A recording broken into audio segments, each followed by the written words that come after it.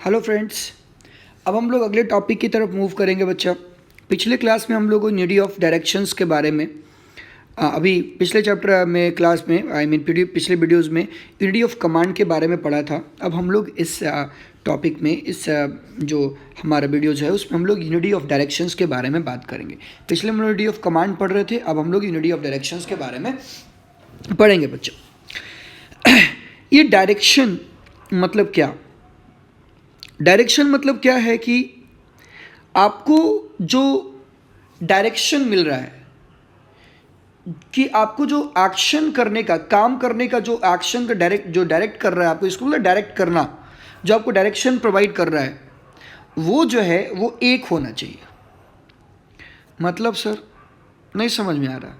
नहीं, अच्छा जी बताते हैं, चलो एक बार पढ़ लेते हैं। Each group of activities having the same objective must have one head and one plan. This ensure unity of action and coordination. अब ध्यान दीजिएगा, आपके एग्जाम्पल से हम समझने की कोशिश करते हैं। आपका जो है ना बच्चा 5 पेपर होता है। एक अकाउंट्स होता है, एक इकोनॉमिक्स होता है, हाँ सर होता है, एक आपका बिजनेस स्टडीज़ होता है, हाँ सर बिल्कुल, एक इंग्लिश होता है और एक आपका अदर ऑप्शनल पेपर होता है, हाँ सर बिल्कुल होता है। ये पूरा जो है, मान लीजिए कि कोई ऑर्गेनाइजेशंस है, जैसे मान लीजिए कि आप हैं, तो आपको इस सारे पेपर में जो है ये पास करना है। आपको सारे पेपर में सारे पेपर में आपको अच्छे मार्क्स लाने हैं। ओवरऑल आपको मान लो 95% मार्क्स लाने हैं या 90% मार्क्स लाने हैं। इसका मतलब अलग अलग पेपर का आपका जो ऑब्जेक्टिव होगा वो अलग अलग होगा। मान लीजिए कि अकाउंट्स का ऑब्जेक्टिव आपने बनाया है कि अकाउंट्स थोड़ा डिफिकल्ट है, इसमें 80 मार्क्स मेरा आएगा। इकोनॉमिक्स में आपने बनाया है 85 आएगा। बीएसटी में बोला 95 आएगा। इंग्लिश में बोला इसमें भी 95 आएगा। इसमें बोला इसमें 90 आएगा। अब जब सारे को आप जब कैलकुलेट करेंगे बच्चा, जब सारे को आप कैलकुलेट करेंगे, ठीक है, तो यहाँ पे आपको एक चीज़ देखने को मिलेगी कि सबका जो ऑब्जेक्टिव है वो अलग अलग है। सबका ऑब्जेक्टिव अलग अलग है। अकाउंट्स में अलग अलग चीज़ें पढ़नी है, ग्रुप ऑफ एक्टिविटीज़ है। इकोनॉमिक्स के लिए अलग ग्रुप ऑफ एक्टिविटीज़ है। बिजनेस स्टडीज़ के लिए अलग है। आपको इंग्लिश के लिए अलग है, और ये आपका जो है उसके लिए अलग ग्रुप ऑफ एक्टिविटीज़ है। अब जो है each group of activities having the same objective, ये जितने भी एक्टिविटीज इसमें आप करेंगे, अकाउंट्स का पार्ट 1 बनाएंगे, पार्ट बी बनाएंगे, जितने भी चैप्टर पढ़ेंगे, सारे का मेन ऑब्जेक्टिव जो है वो क्या है कि 85 ओवरऑल मार्क्स, 85 मार्क्स हमको लाना है। इसका मतलब ये कहता है each group of activities having the same objective must have one head and one plan. सारे का एक हेड होना चाहिए, मतलब अकाउंट्स पढ़ाने वाला जो टीचर है वही आपको हेड करना चाहिए और उसके प्लान के अकॉर्डिंगली ही आपको काम करना चाहिए। मतलब सर एक कंपनी है, हाँ, उसका मान लीजिए सर अलग अलग बनाने वाली, जैसे कि मान ली टाटा कंपनी है। बोले हाँ जी टाटा कंपनी है, हमको भी पता है। टाटा कंपनी कार भी बनाती है। बोले हाँ सर बिल्कुल बनाती है। टाटा कंपनी जो है कार बनाती है। टाटा कंपनी जो है 3 व्हीलर्स भी बनाती है। बोले हाँ जी। टाटा कंपनी जो है वो ट्रक भी बनाती है। बोले बिल्कुल बनाती है। तीनों का जो ग्रुप ऑफ एक्टिविटीज़ है वो अलग अलग है। इसका मतलब ये हुआ कि इस एक्टिविटीज़ का प्लान जो होना चाहिए एक होना चाहिए और इसको हेड करने वाला भी एक ही होना चाहिए। ऐसा नहीं है कि ये भी इसको हेड करे, ये भी इसको हेड करे, इसका प्लान इसमें, इसका प्लान इसमें। कंफ्यूजन का चीज़ हो जाएगा यार। इसका कहने का मतलब सिंपली एक होता है कि there should be one head and one plan. एक हेड और एक ही प्लान होना चाहिए। A group of activities having the same objective. अगर उस पूरे एक्टिविटीज का ऑब्जेक्टिव कार बनाना है तो उस कार बनाने वाले जो एक्टिविटीज है सबको हेड करने वाला कौन होगा? कोई एक बंदा होगा। और सारे वो जो कार बनाने की एक्टिविटीज होगी उसका प्लानिंग जो होगा एक प्लान होगा। उसका ऑब्जेक्टिव क्या होगा, उसको कह सकते हैं कि आपको क्या करना है वो सेम होगा। इसी को, जिससे कि हम लोग को क्या होगा कि पूरे वो जो ग्रुप ऑफ एक्टिविटीज जो होगा उसका जो डायरेक्शन होगा ना बच्चा, सारे का डायरेक्शन जो होगा वो क्या होगा, सेम होगा। उस ग्रुप ऑफ एक्टिविटीज का डायरेक्शन जो है सेम होगा, वहां पे डिफरेंसेस नहीं आएंगे। मतलब इनका जो प्लान है कि 20,000 यूनिट्स कार बनाने हैं और 20,000 यूनिट्स कार बनाने का जो है एक ही पर्सन उसको हेड कर रहा होगा, तो इसका मतलब ये हुआ कि इनका जो प्लान भी है वो 20,000 यूनिट के कार के अनुसार ये एक ही प्लान है और एक ही लोग हेड कर रहा है। इससे क्या होगा, इससे फायदा क्या होता है कि स्पेशलाइजेशन आता है। एक ही आदमी एक ही पूरे ग्रुप ऑफ एक्टिविटीज को अगर वो हेड कर रहा है तो स्पेशलाइजेशन आएगा उसमें, ठीक है जी। और कह सकते हैं कि सेम काइंड ऑफ एक्टिविटीज से वो एसोसिएटेड रहेगा तो उसमें स्पेशलाइजेशन आएगा।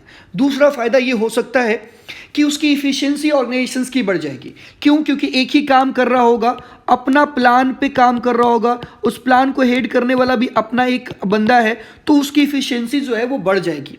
Okay, easy to achieve objective, अलग अलग एक्टिविटीज़ का, अलग अलग ग्रुप ऑफ एक्टिविटीज़ का जो ऑब्जेक्टिव है, आप अकाउंट्स का अलग ऑब्जेक्टिव बनाते हो, इकोनॉमिक्स का अलग बजाते हो, बीएसटी का अलग, ताकि जो है उसको अचीव करना हमारे लिए क्या हो जाए जी, आसान हो जाए, ये हमारे लिए ईजी हो जाए। समझ में आ रही बात? हाँ सर, बात तो समझ में आ रही है, थोड़ा थोड़ा आ रही है। नहीं पूरा पूरा आएगा, थोड़ा थोड़ा क्यों आएगा? चलिए समझिए, फिर से एक बार समझने की कोशिश कीजिएगा बच्चा। आप एकदम नॉर्मल वे में समझिए कि आपके ऑर्गेनाइजेशंस में मान लीजिए बहुत सारा काम होता है, तो आप क्या करिए, ऑर्गेनाइजेशंस में वर्क का ग्रुप ऑफ एक्टिविटीज़ होता है। जैसे आपका कोचिंग होता है ना बच्चा, बोले हाँ सर होता है, वहाँ पे ग्रुप ऑफ एक्टिविटीज़ अलग अलग है। एक जो है एक्टिविटीज़ वो क्या है, टीचिंग वाला एक्टिविटीज़ है, हाँ सर टीचिंग वाला। एक एक्टिविटीज़ जो है मार्केटिंग वाला है, हाँ सर वो भी होता है सर। एक एक्टिविटी जो है वो मैनेजमेंट वाला है कि सब कुछ को कैसे संभालना है। तो टीचिंग वाला जो ग्रुप ऑफ एक्टिविटीज़ है बच्चा, उसको हेड करने वाला एक ही आदमी होगा, और टीचिंग का को जो प्लानिंग होगा वो भी सबका प्लान क्या होगा, एक ही होगा। और सारे टीचिंग के जो लोग हैं, टीचिंग में जो इन्वॉल्व लोग हैं, सब लोग उस प्लान के अकॉर्डिंग और उस हेड के अंडर में, उस हेड के डायरेक्शंस पे काम कर रहे हों। ऐसा नहीं कि हमें आकर के मार्केटिंग वाला जो लोग है वो आकर के हमें डायरेक्ट करके चला जाए। ऐसे भी आप कह सकते हैं कि अगर आप बीएसटी एक्टिविटीज़ के लिए प्लान किए हुए हैं तो बीएसटी के टीचर ही आपका हेड होंगे और उनके प्लान के अनुसार ही आपको काम करना पड़ेगा। कोई आर्ट्स का टीचर आकर के आपको जब बीएसटी पढ़ाने लगेगा, मैनेजमेंट पढ़ाने लगेगा, वो अपना प्लान बताने लगेगा, वो अपना तरीका बताने लगेगा, तो वहाँ पे आपका जो है बीएसटी का जो ऑब्जेक्टिव है अचीव होने का दिक्कत हो जाएगा। क्योंकि आपको क्या है, अगर आप बीएसटी एक्टिविटीज़ कर रहे हैं तो आप अपना जो बीएसटी के लिए जो आपका बॉस है उसी का और उसका जो प्लान है उसी के अकॉर्डिंगली आपको काम करना पड़ेगा। इसका मतलब ये हुआ कि जो एक्टिविटीज है सबका डायरेक्शन जो होगा वो क्या होगा बच्चा, सेम होगा, डायरेक्शन अलग अलग नहीं होगा। हाँ सर समझ में आ गया सर। इसका मतलब ये है कि सर जो एक्टिविटीज़ होगा उस एक्टिविटीज़ का एक हेड होगा सर, हाँ, और उसका एक प्लान होगा, हाँ, और सारे जो लोग उस एक्टिविटीज़ से रिलेटेड काम कर रहे हैं सब लोग उसी प्लान और उसी हेड के डायरेक्शंस पे काम करेंगे। बिल्कुल सही बच्चा, यही होता है, उसको बोलते हैं यूनिटी ऑफ डायरेक्शंस। मतलब सारे लोग अपने एक तरफ से चलेंगे, एक जैसे होता है ना कि डायरेक्शन सबका सेम होगा, वहाँ पे अलग थलग नहीं होंगे। ओके सर समझ में आ रही बात। अब सोचिए ना बच्चा कि आप बीएसटी पढ़ रहे हैं, एग्जाम्पल मैं बता रहा हूँ, आप मान लीजिए बीएसटी पढ़ रहे हैं और बीएसटी के लेकर के आपने उसका आपका एक टीचर असाइन किया गया है, मतलब आपको हेड कर रहा है, टीचर का प्लान टीचर ने बनाया है। अब वहाँ पे आर्ट्स के लोग जो आएंगे वो आपको अगर अपने अनुसार चलाना शुरू कर देंगे या फिर अपने अनुसार टीचिंग बताना शुरू कर देंगे या अपना प्लान आप पे थोपने लगेंगे, तो आप डाइवर्ट होंगे कि नहीं डाइवर्ट होंगे? आपका ऑब्जेक्टिव जो है इस ग्रुप का, आई मीन बीएसटी का जो ऑब्जेक्टिव है 90% लाने का, वो डाइवर्ट हो जाएगा क्योंकि आपका डायरेक्शन सेम नहीं है। समझ में आ रही बात? जितने तो क्या है कि डायरेक्शन सेम होना क्या है बच्चा, ज़रूरी है। आप ऑर्गेनाइजेशंस के पॉइंट ऑफ व्यू से और ग्रुप की बात अगर हम करें तो ग्रुप की बात में यही होगा कि सारे लोग जितने भी काम कर रहे हैं लोग होंगे। जैसे मान लीजिए ना कि एक एक्टिविटीज़ है जिसमें 100 लोग काम कर रहे हैं, 100 लोग काम कर रहे हैं और 100 लोगों का प्लान जो है एक बना हुआ है, उसको एक हेड कर रहा है। मतलब सारे 100 लोग जो हैं एक आदमी के डायरेक्शंस पे काम करेंगे और एक प्लान पे काम करेंगे। इसीलिए हमारा जो जितने भी एम्प्लॉय हैं सबका जो डायरेक्शन होगा वो सेम होगा, सेम डायरेक्शंस में काम कर रहा होगा। हाँ सर अब समझ में आ गया सर।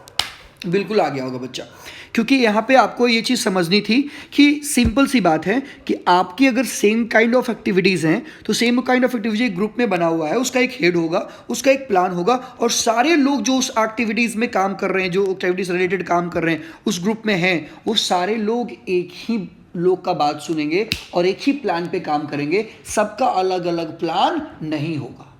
ओके सर, समझ गए। चलो बच्चा, अब अगर आप समझ गए तो इसको हम लोग थोड़ा ये भी डिस्कस कर लेते हैं कि सर अगर इसको फॉलो किए तो क्या फ़ायदा और फॉलो नहीं किए तो क्या नुकसान। हाँ बच्चा, तुरंत समझ रहे हैं सर, 1 मिनट 2 मिनट रुक जाओ, हम समझा देते हैं अभी फटाफट।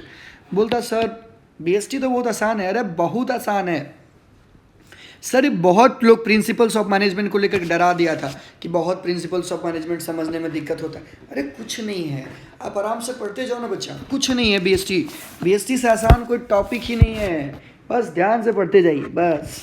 अब देखिए, यूनिटी ऑफ डायरेक्शंस को फॉलो करेंगे तो क्या होगा। सबसे पहले अगर आप इसको फॉलो करते हैं, अगर इसको आप फॉलो करते हैं, अगर आप इसको फॉलो करेंगे तो सबसे पहले फ़ायदा ये होगा कि यहाँ पे स्पेशलाइजेशन आएगा बच्चा।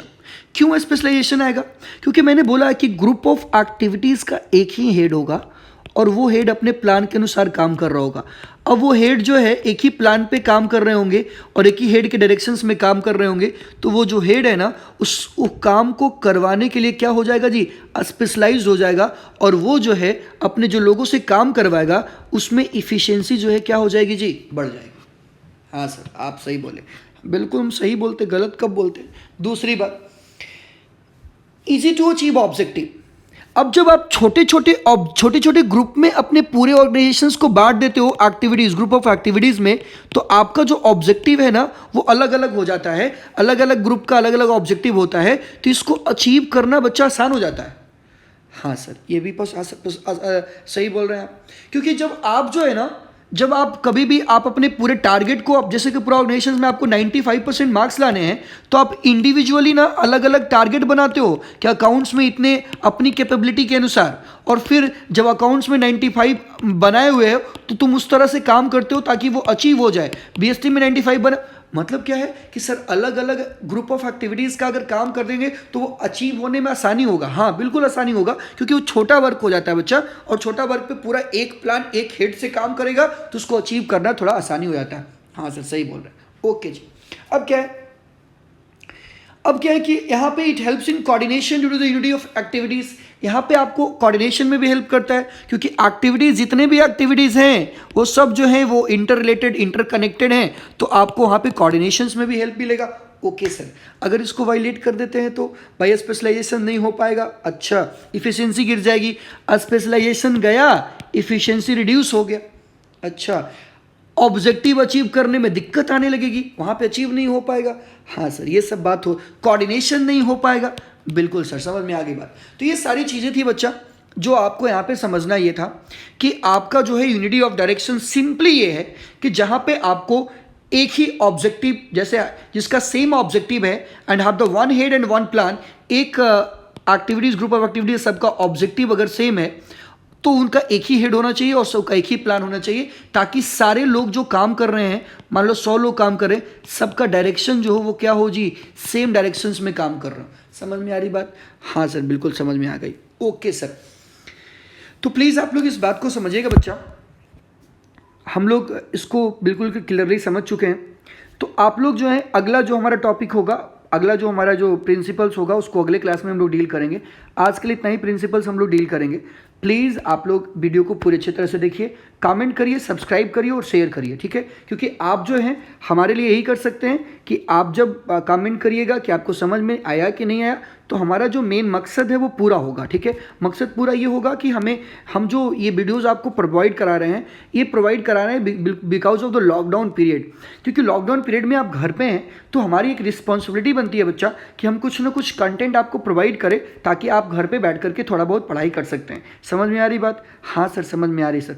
सर हम लोग पढ़ते हैं सर। हाँ बिल्कुल, आप लोग पढ़ते होंगे, बिल्कुल, और पढ़ें, अपने दोस्तों को भी बताएं, और प्लीज़ आप अपने सब्सक्राइब को दबा दीजिएगा, ताकि क्या होगा ना कि जब जब वीडियोज़ मैं डालूंगा, आप उसके बाद जो करना हो जब तक कम से कम आप लॉकडाउन पीरियड में घर पे हैं तब तक आप इसको सपोर्ट करिए, आप इससे जुड़े रहिए ताकि जो है आपको फ़ायदा मिलता रहेगा। समझ में आ रही बात? चलिए थैंक यू, धन्यवाद आज के लिए।